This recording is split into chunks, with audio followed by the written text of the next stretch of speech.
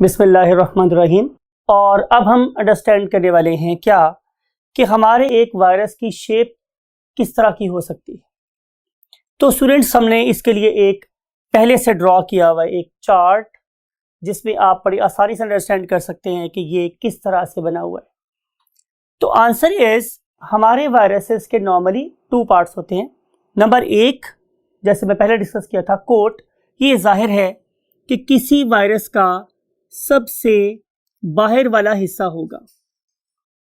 जो मैंने अभी ड्रॉ किया आप लोगों के लिए, ये क्या है स्टूडेंट्स, से कोट। और लास्ट टाइम हमने पढ़ा था कि डेफिनेटली ये किसका बना हुआ है, प्रोटीन का बना हुआ है।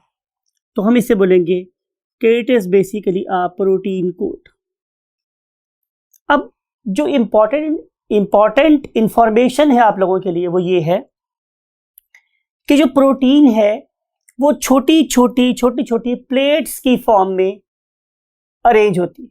उन छोटी छोटी प्लेट्स को हम लोग नाम देते हैं स्टूडेंट्स क्या, कैप्सोमियर्स। और वो कैप्सोमियर्स मिलके क्या बना लेते हैं, वायरस का हेड बनाते हैं। और उस पर्टिकुलर हेड को हम लोग क्या नाम देते हैं स्टूडेंट्स, कैप्सिड। उसे हम क्या नाम देते हैं स्टूडेंट्स, कैप्सिड। सो अगर आप लोगों के लिए मैं दोबारा से चीज को रिवाइज करूं तो क्या होगा कि वायरस के बाहर क्या प्रेजेंट है, एक कोट। और कोट किस फॉर्म में एग्जिस्ट करता है, in the form of a head, जिसे हम नाम कह देते हैं कैप्सिड। और जो कैप्सिड है वो प्रोटीन की बनी हुई छोटी छोटी प्लेट्स के मिलने से बना है, जिन्हें हम लोग नाम देते हैं क्या, कैप्सोमियर्स। मियर का मतलब होता है यूनिट्स, यानी कि ऐसी यूनिट्स कि जिनके मिलने से वायरस का हेड बन जाएगा, उसे हम क्या बोलेंगे, कैप्सोमियर्स। अब जो कैप्सोमियर्स का नंबर है वो वेरी करता है, बाद में ये कम होता है, बाद में ये ज्यादा होता है। और फॉर एग्जांपल आप लोगों ने जो बुक में से ये नंबर फिगर याद कर लिया वो यही है कि जो हमारे स्मॉल वायरसेस है डेफिनेटली उस पे नंबर ऑफ कैप्सोमियर्स कम होंगे। एग्जांपल उससे दी है कि अगर आप लोग हर्पीज वायरस की बात कर रहे हैं तो उसमें जो नंबर ऑफ कैप्सोमियर्स हैं वो 162 हैं। यहाँ पे सीएम से मुराद कैप्सोमियर्स हैं, सेंटीमीटर नहीं है। फिर जो मेरे बड़े वायरसेस है, कॉमन सेंस है कि उसके अंदर नंबर ऑफ कैप्सोमियर्स ज्यादा होंगी। तो यहाँ पे 252 कैप्सोमियर्स आपस में कंबाइन हो रहे हैं और उनके कंबाइन होने से मेरे पास क्या प्रोड्यूस हो गया, उसका एक बहुत बड़ा हेड, राइट। फिर हम देखते हैं स्टूडेंट्स, तो इस पर्टिकुलर प्रोटीन कोट के कुछ और भी पार्ट्स हैं। मिसाल के तौर पे अगर हम एक टिपिकल आइडियल वायरस की बात करें तो उसके यहाँ पे प्रेजेंट है मेरे पास एक नेक, राइट। बेसिकली ये पर्टिकुलर नेक एक लंबी सी ट्यूब है, राइट। और ये पर्टिकुलर ट्यूब इवेंचुअली जाके एक इंजेक्शन स्टाइल टिप के ऊपर खत्म हो जाती है। फिर उसके बाद स्टूडेंट्स नजर आती है हम लोगों को कि इसके बाहर एक कॉलर है यहां पे, समथिंग लाइक इट, और एक कॉलर है यहां पे, राइट। इस पर्टिकुलर कॉलर के ऊपर आप लोगों को नजर आती है एक और ट्यूब चढ़ी हुई। आप लोगों को इस इमेज में भी नजर आ रही, लेकिन मैं यहां पे ड्रॉ इसलिए कर रहा हूं ताकि आप लोगों को जब हम नेक्स्ट लेक्चर में life cycle of phase virus को डिस्कस करें तो तब आप लोगों को पता चले कि कौन कौन सा जो पार्ट है वायरस का वो कौन कौन सा रोल प्ले कर रहा है। तो हर चीज से है तेरी कारीगरी टपकती, ये कारखाना तूने कब रायगा बनाया। तो हर चीज की कोई ना कोई लॉजिक है, हिकमत है, दानाई है। तो यहाँ पे ये जो कॉलर है जो अपने यहाँ पे भाषा आई हुई, इसकी अपने एक लॉजिक है जिसको हम लाइफ साइकिल में डिस्कस करेंगे। फिर स्टूडेंट्स इस पर्टिकुलर पॉइंट पर अटैच होती हैं इनकी legs. You can see in this animation कि आप लोगों को ये लेग नजर आ रही है और लेग्स का नंबर वेरी कर सकता है species to species of the virus. और इन्हीं पर्टिकुलर जो लेग्स हैं उनको हम एक नाम और देते हैं। वो नाम स्टूडेंट्स क्या होता है, रिसेप्टर्स। ये जब हम एड्स पढ़ेंगे तो फिर मैं आप लोगों को बताऊंगा कि मैंने उस पर्टिकुलर लेक्चर में रिसेप्टर को इतनी फोकस करके, इतना सुपर इम्पोज करके क्यों पढ़ाया था। सो यहाँ पे बार आप याद रखिए कि इन्हें हम रिसेप्टर्स बोलते हैं। और ये रिसेप्टर्स बेसिकली इस पर्टिकुलर वायरस को अपने होस्ट सेल के साथ अटैच करने में हेल्प कर रहे हैं। So never miss this concept कि ये जो इसकी टेल है या जो उसके फीट है, ये बेसिकली उसके रिसेप्टर्स हैं जो इस पर्टिकुलर वायरस को हमारे सेल के रिसेप्टर से शेक हैंड करने में हेल्प करेगी। अगर ये रिसेप्टर हमारे सेल्स के रिसेप्टर से कोइंसाइड करते हों, मिलते हों, तो ये वायरस हमारे सेल्स के साथ चिपक सकते हैं, तो ही वो हमारे सेल्स को इन्फेक्शन कॉज कर सकते हैं। अगर ये रिसेप्टर हमारे सेल के रिसेप्टर से मिलते जुलते नहीं हैं, तो फिर ये वायरसेस हमें इन्फेक्शन कॉज नहीं कर सकते। So keep this thing in your mind. फिर उसके बाद स्टूडेंट्स जो अहम बात है वो ये है कि इस पूरी ट्यूब के अंदर से हम लोग इसके दूसरे पार्ट यानी कोर को ट्रांसफर कर सकते हैं from the head to the cell of the host, right. तो यहां पे बेसिकली क्या प्रेजेंट था स्टूडेंट्स, डीएनए और आरएनए यहां पे। तो इस पर्टिकुलर चीज को हम इस पर्टिकुलर ट्यूब के थ्रू होस्ट सेल में इंजेक्ट कर सकते हैं, राइट। तो ये हुई कुछ बातें regarding the structure of what viruses. अब हम इसकी डिटेल स्टडी करेंगे, मीन टू से कोर की। और अगर मैं इस कोर की बात करूं तो इसमें जाहिर है इसका हेरिडिटरी मटेरियल शामिल है, मीन इसकी जेनेटिक इंफॉर्मेशन प्रेजेंट। और जो जेनेटिक इंफॉर्मेशन है उसके बारे में हमें यह पता चला कि या तो ये डीएनए हो सकता है और या फिर ये आरएनए हो सकता है। इंपॉर्टेंट बात यह है कि नेवर बोथ, ये दोनों चीजें इकट्ठी नहीं हो सकती। यस, अगर मैं बैक्टीरिया की बात करूं, अगर मैं प्लांट्स की बात करूं, मैं एनिमल्स की बात करूं, तो इन सब में ये दोनों चीजें होती है, डीएनए भी होता है और आरएनए भी होता है। लेकिन इन केस ऑफ वायरसेस यहां पे या तो डीएनए होगा और या फिर मैं आप लोगों के लिए यहां पे एक और चीज लिख रहा हूं ताकि आपको याद रहे, वो ये है या, राइट। या तो डीएनए होगा या आरएनए होगा। और इंपॉर्टेंट बात ये है कि जो डीएनए है ये डिफरेंट वायरसेस में सिंगल भी हो सकता है, डबल भी हो सकता है। एंड नेवर कंफ्यूज योरसेल्फ, यहाँ पे आरएनए भी डबल स्ट्रैंडेड भी हो सकता है और सिंगल स्ट्रैंडेड भी हो सकता है। यानी कि ये इस फॉर्म में एग्जिस्ट भी कर सकता है और इस फॉर्म में एग्जिस्ट भी कर सकता है। ये इस फॉर्म में एग्जिस्ट भी कर सकता है और ये इस फॉर्म में एग्जिस्ट भी कर सकता है। तो ये डिफरेंट वेज में जेनेटिक इंफॉर्मेशन को स्टोर कर सकता है।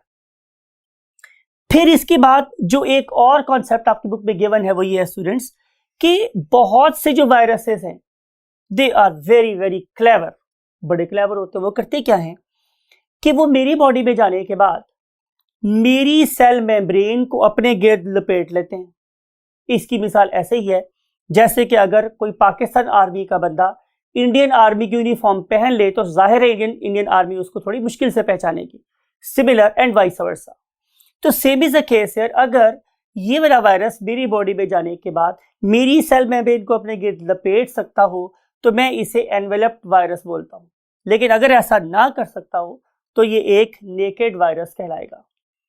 अब हम मूव करते हैं नेक्स्ट टॉपिक की तरफ और उस नेक्स्ट टॉपिक का नाम है shapes of the viruses. Viruses के स्टूडेंट्स मेरे पास दो टाइप्स हैं। हमने अब आप लोगों की बुक के मुताबिक अपने लेक्चर को मॉडिफाई किया है। तो वायरसेस की आपने दो डिफरेंट स्टाइल्स में शेप को अंडरस्टैंड करना है। नंबर वन इज कि बैक्टीरियोफेजेस, मीन वो वाले वायरस जो बैक्टीरिया को डिजीज कॉज करते हैं, वो किस किस फॉर्म में एग्जिस्ट कर सकते हैं। तो answer is they may be cubical और दे मे बी हेलिकल। आपको पता है हेलिकल का मतलब स्प्रिंग नुमा होंगे, क्यूबिकल का मतलब ये है कि उनकी तमाम साइड्स इक्वल होंगी। ये सारी चीजें हमने आप लोगों के लिए इमेज में, एनिमेशन में रखी हुई हैं। फिर अगर आप लोग आम वायरसेस की बात करो, मीन बैक्टीरिया के वायरस की बात कर लो या प्लांट वायरसेस की बात कर लो या एनिमल वायरसेस की बात कर लो, उससे हम डिस्कस करेंगे नॉर्मली के केस में। इसमें आप देख सकते हैं, ये सब हमने आपको दिखाएंगे भी एनिमेशन में भी, कि ये मुख्तलिफ टाइप्स के वायरसेस होते हैं।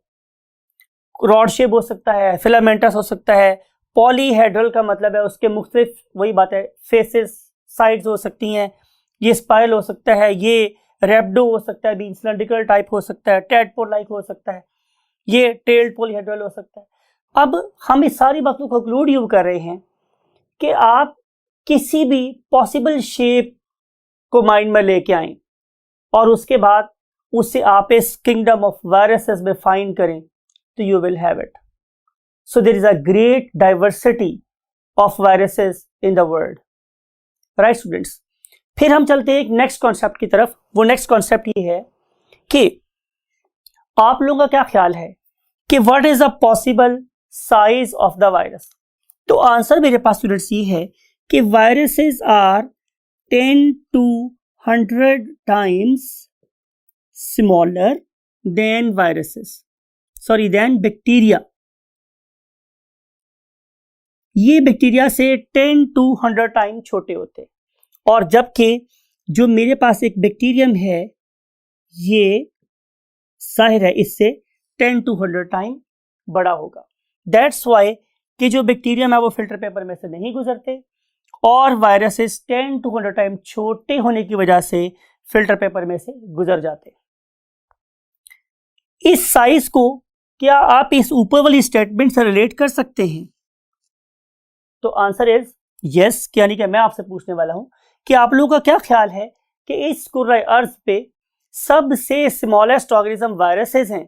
तो आंसर इज नो। हमारी रिसर्च ये बताती है कि एक और क्रिएशन भी है दुनिया में जो वायरसेस से भी छोटी है। उसका नाम होता है स्टूडेंट्स प्रियॉन्स। बालोग इसे प्रायॉन्स भी बोलते हैं, whatever you want to pronounce, right. Treatment of the viral diseases. Treatment of viral diseases.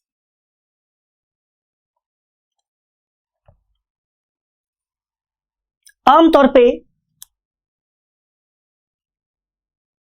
आपने देखा कि डॉक्टर्स वायरल डिसऑर्डर्स में भी आप लोगों को एंटीबायोटिक दे देते, लेकिन मैं ये कॉन्सेप्ट आप लोगों के माइंड में इनकलकेट करना चाह रहा हूं कि वायरसेस और viral disorders can not be cured और ट्रीटेड यूजिंग एंटीबायोटिक्स।